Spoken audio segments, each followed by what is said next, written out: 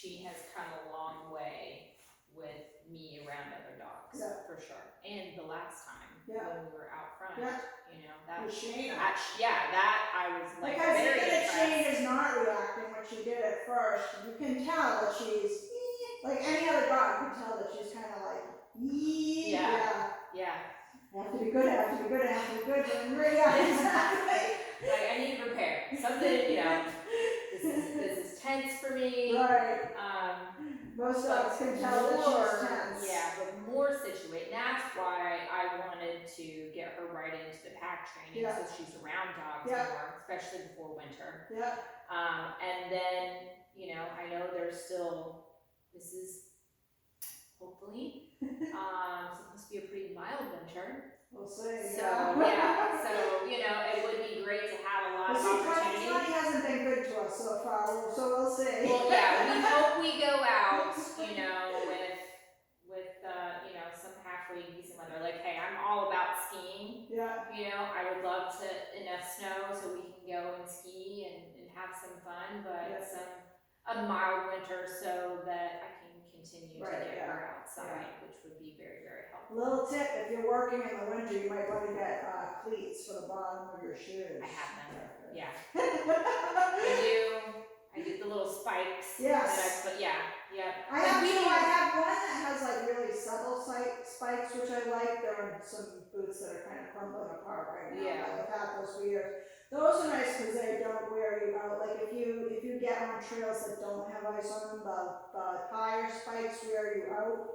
As I found out when I was because you're really having to make an effort. I was like, what is wrong with me? I'm about to pass out right now. Really? I've done this before. Right. Yeah. So I kind of like the ones with the shorter spikes, but I like the ones that really dig into in case it's a really bad, slippery, you know, situation. Then I can't even do long line if I'm careful with the dogs out there. She does have a bad habit of like staring if we have her out when we're eating.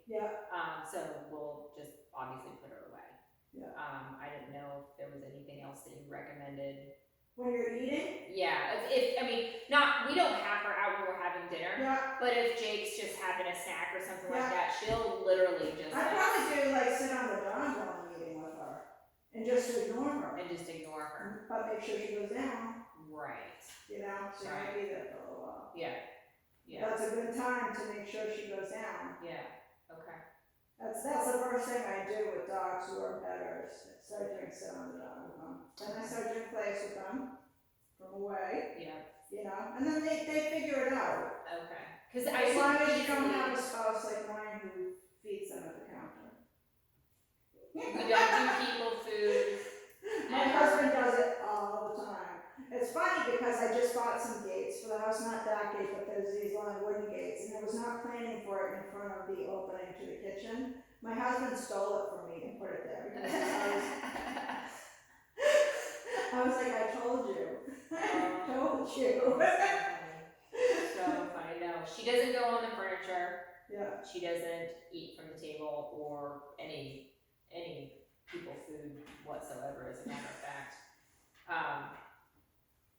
But she does certainly have an obsession with food. She always has. So we always put her away when it's dinner time. But if anybody's eating anything ever, she's just like. And Jake hates it. So I'm like, just ignore her. And he was like, I can't, you know, I just put her away. And I'm like, okay. But I would just do sit on the dog, because that way you can even bring her out to restaurants later on and stuff. You know, like Fort Smith has a lot of restaurants that you can eat outside with the dog. Right.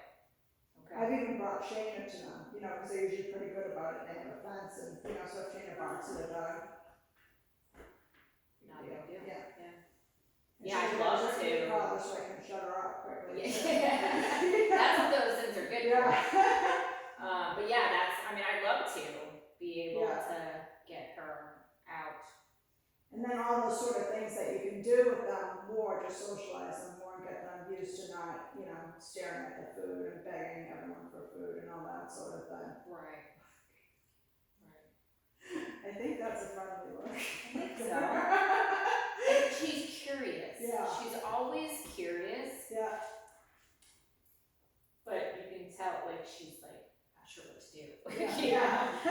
do I do? It's okay for her to figure it out. I like that she's just able to observe right now. Yeah. And, you know. Yep. Because even when they come here for pack learning, I don't encourage them to play at first. I just encourage them to observe each other at first. Right, and that's, You of know? course, Right. and that's the not pushing them into anything that she's not ready for, because that's what I've always done. Oh, that's nice. Yeah. There we go. It's a good girl. Nice. Yeah, Yeah, I mean, I she's always like, praise her for on the stuff like cusp, that. you know, I mean, I'm glad that you offer this type of training and then can roll into the pack training, because I think this is exactly what we needed to bond a little bit, and then for her to get more around other animals, but to have that opportunity to ease into it. And not just, okay, we're gonna train you with these dogs, and it's like on her own terms, on her own time, which is important, because I know that I've done in the past this, okay, I'm ready, so you're ready, so let's do this. Well, I did that with Shayna, because all my other dogs were ready before. Yeah. You know what I mean? Every dog except for Shayna was ready, and things rolled off them, and I failed to consider that I just got a working dog, with a very high diet, and very opinionated. You know, and very stubborn. Right. You know, so once I just said, you know what, we're gonna take this slow at your speed, then things started happening. Yeah. Good. You know. Good. Yeah. I think she is. Like even today, we had Shane on the other side of that fence with the small dogs playing and everything, you know, and she's looking more and more interested. I mean, she still barks sometimes when they come near her, if they come tumbling towards her, she's like, woo, hey, you know?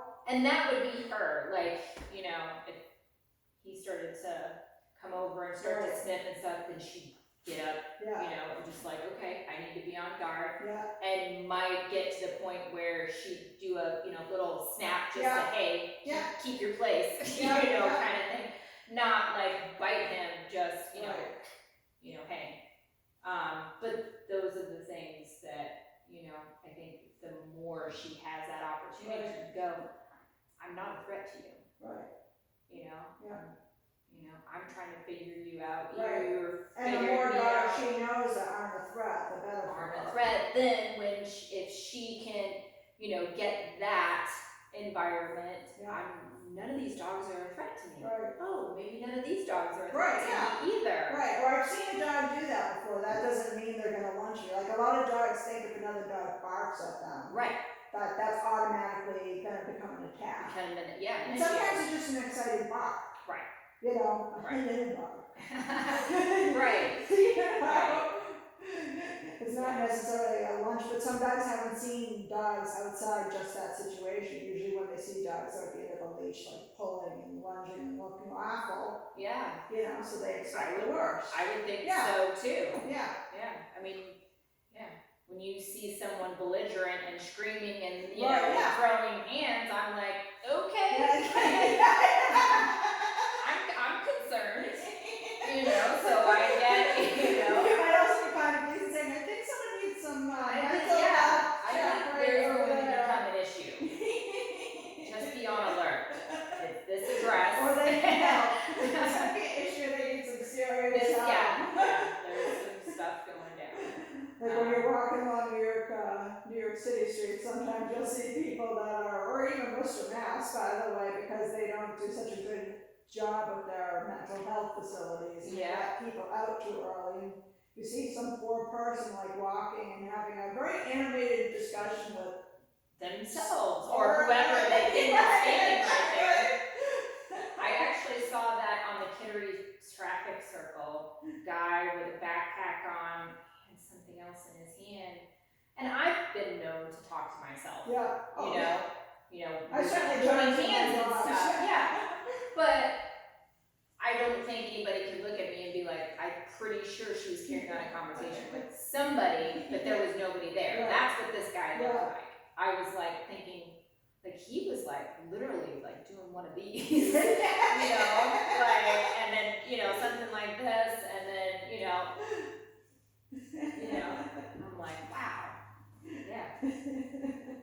You're like, are you okay? I'm like, do you need help of some sort? He's gonna be okay.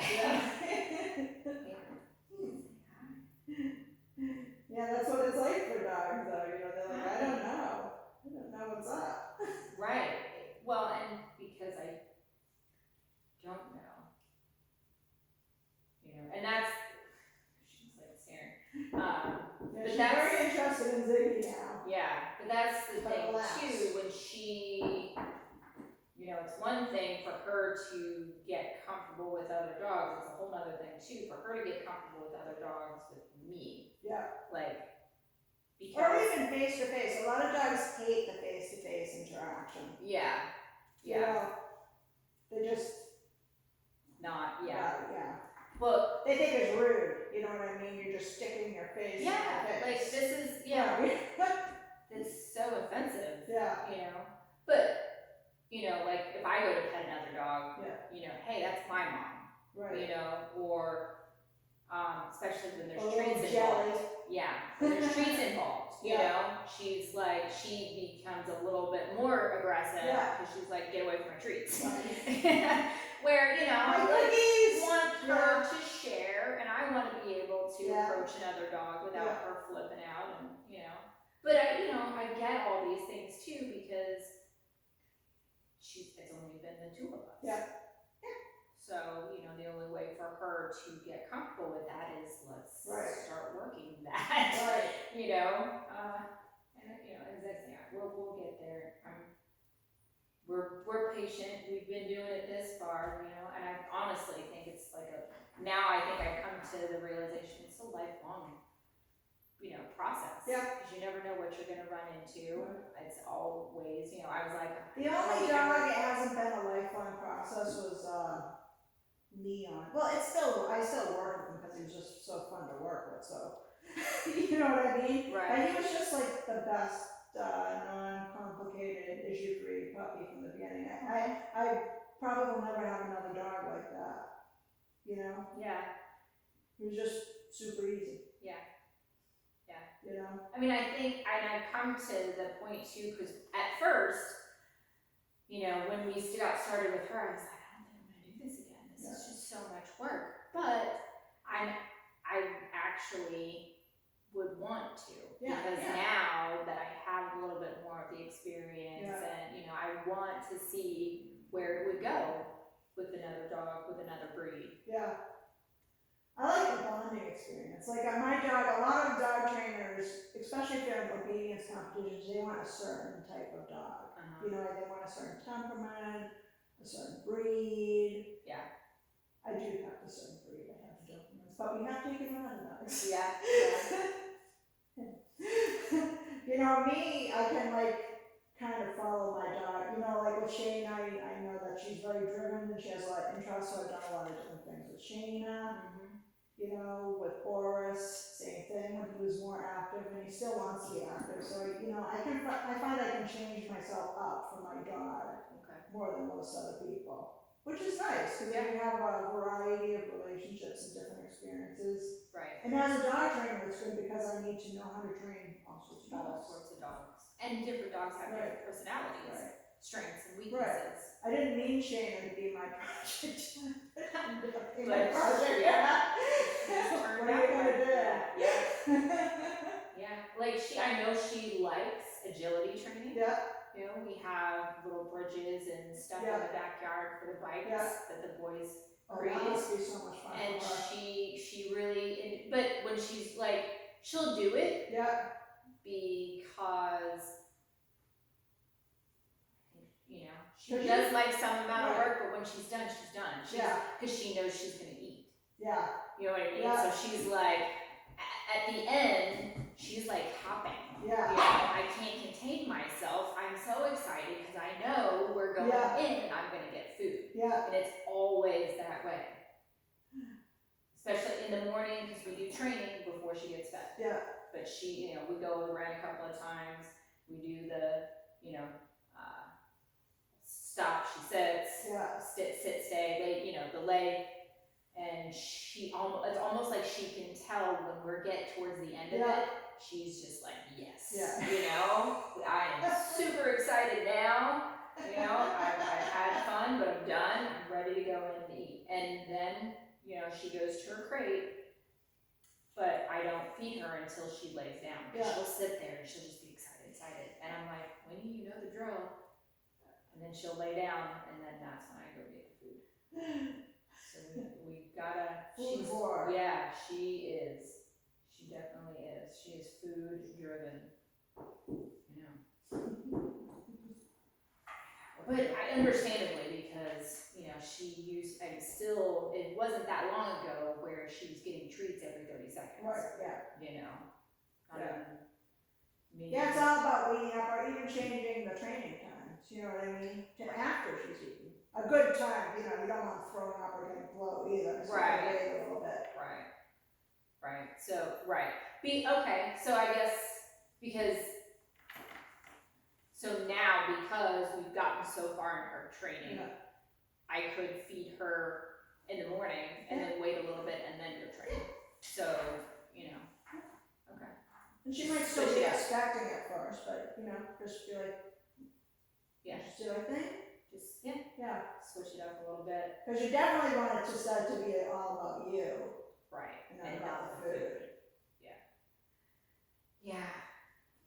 Yeah. And it's a simple transfer. You know what I mean? Usually. Yeah. I would like to think so, but I think Winnie likes you. She seems to, a little bit. But I definitely try to, you know, if we get too much on a pattern where she's eating between 5 and 6, you know, sometimes I'll feed her at 4 o'clock. You know, other times, you know, I've waited until we pick Hayden up. You know, and I'm like, it's not like she's starving. She had food this morning, so she'll be good. She'll be fine. Yes. Where for her though, she's like, oh my god. I do that with waking up. I used to wake up with my dogs when we had Leon. We'd wake up at 6 a.m. every morning, and the problem was that if you ever wanted to sleep in, it was virtually impossible. Because he's like, want to go to the beach. Oh. Yeah. Okay. 6 a.m. is when we go to the beach. I go to the beach. And he was up and ready. So I learned after that all different times. Yeah. You know. Yeah. Never one time. Never. Yeah, because she's definitely, once she figures a pattern out. Yeah, then she thinks that's what's gonna happen, and she either, you know. Sometimes patterns are good for them because they feel safe. You know, like if I do, like when I'm introducing Shane to another dog now, you know, first she's in a crate, she sees the other dog, we're a little bit of a distance, you know, then, you know, maybe she's on us down, stay outside the door, still at a distance, having to keep her down, say, you know, it's just like little by little, then maybe I'm treating her for being quiet and being her down, stay. You know, so it's just very gradual. So she's like, oh, okay, I know this, I'm safe, I'm good, you know? But other times patterns can be a pain because they won't catch on to the time and they'll be like, feed me or wake up, we gotta go to the beach. Yeah, like if I got, while we were doing initial training, if I got into any sort of a pattern of how many steps that I walked before I turned around and went to go the other direction, she would immediately went to go, she'd go, and I'm like, so I was. Some dogs are more like that than others. Like border collies can be very specific. You have to really switch stuff up for border collies because they'll be like, you told me exactly this way before. Right. I'm going to do it exactly that way for the rest of my life. So you gotta be careful with dogs like that. Yeah. You're like, this is the way you trained me. This is what you just did. That's right. I know what you just did. I'm smart. I figured it out. She does. She figures things out pretty quickly. Border collies are very smart too, and so that's why they're very, you know, they're like, nope, you showed it to me this way, you can't change it now. That's what we just did. We've always gone from place from this side, I'm not gonna go from the other side. Yeah, she keeps me on my toes. Yeah. For sure. Yeah, I literally had no idea though. Look at him. He is, you know, they're like, oh yeah, let's get a dog. Sure, I've never had a dog before, that'd be fun. Yeah. I always see people with dogs. I thought my first dog was gonna be more like a cat, probably. Yeah. Well, I had cats all the time. Yeah. So I'm like, you know. Well, I think my first dog was super easy. Like, it took a while to get used to the fact that she needed a lot of activity, but she was super easy on us. It was my second dog that got me into dog training. Really? Yeah. Oh, wow. But he was dog aggressive, and now that I think about it, he was not the most, he wasn't even dog aggressive, he was dog reactive, and he wasn't even the most dog reactive. It just, we had never had Experienced anything. Right, yeah. Okay. And we hadn't Nothing been to trained. compare to. Jezebel, we got Jezebel 3, she was already trained by a breeder. Alright. Yeah, that's nice. Thanks for doing the work for Right. me. I just had to. We didn't realize how much, we were like, oh goodness, what do we do with this 100-pound reactive dog, you know? Wow. That's when I learned about dog training. And then at the end of his life, right before he died, is when I started to get into dog training. You know, so he was never my training dog, but he just benefited from all I learned before then. Nice. Yeah, he was a good dog. Yeah, I actually tried. My work schedule just wouldn't permit it. I wanted to take one of those seminars that Can Solutions had offered, because I learned so much from but I wanted to, you know, just I think understand a little bit better the nature of training and the do's and the don'ts, and you know, and maybe wanting to take it, you know, to another level. I don't know. It certainly took a good solid 6 months because what I learned, and everybody, you know, it's me. It's not her, you know. It was me finding that confidence, being the alpha, really. Like I have to be in charge. You know, not hesitant, not. I always say it's like you're the senior partner. Like me and my dog are partners, but I'm the senior partner. She's the junior partner. Right. And there are some decisions she's not going to make for herself.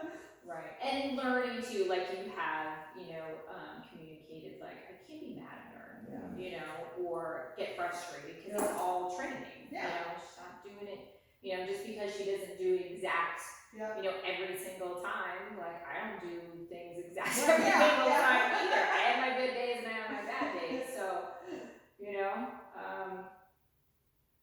but yeah, building that trust, I think, is going to be the biggest thing. I think it's coming along. I think so.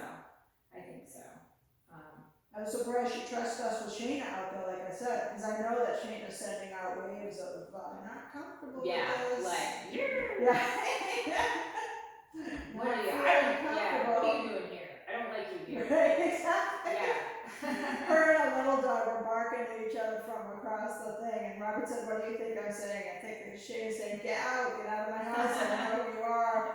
And the other one saying, you don't worry me. You don't scare me. I'm not afraid of you. Get out, I don't know you. And you have my money. It's not okay. This is not okay.